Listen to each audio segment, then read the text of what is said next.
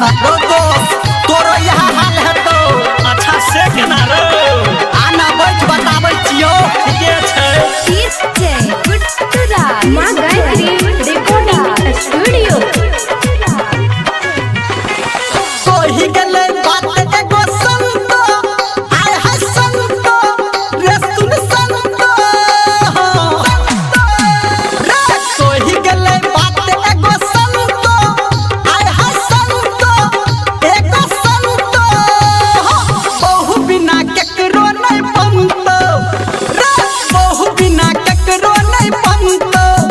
हां बहु बिना केकरो नहीं बनतो रात के समान रोज कंतो आहा कंतो रे सुन कंतो बहु बिना केकरो नहीं बनतो रे बहु बिना केकरो नहीं बनतो हां बहु बिना केकरो नहीं बनतो बुझली रे गुड्डूराज बहु बिना गुड्डूराज मधुबनी बहु बिना केकरो नहीं बनतो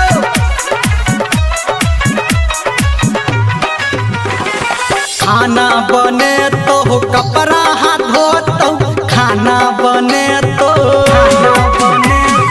खाना बने तो कपड़ा हाथ धोतो खाना बने तो कपड़ा हाथ धोतो पलंग पे अपना जाजिम बिछेतो पलंग पे तोरा ले जाजिम बिछेतो नहिरा से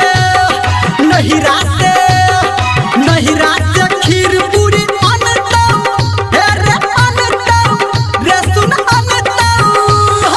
बहु बिना केकरो नहीं बनतो हां बहु बिना केकरो नहीं बनतो रे बहु बिना कखनो नहीं बनतो गुड्डूराज बहु बिना गुड्डूराज मधुबनी बहु बिना केकरो नहीं बनतो अभी आप सुन रहे हैं सावरिया म्यूजिक पाउडर लगे तो लिपस्टिक लगे तो पाउडर लगे तो रे पाउडर लगे तो लिपस्टिक लगे तो पाउडर लगे तो लिपस्टिक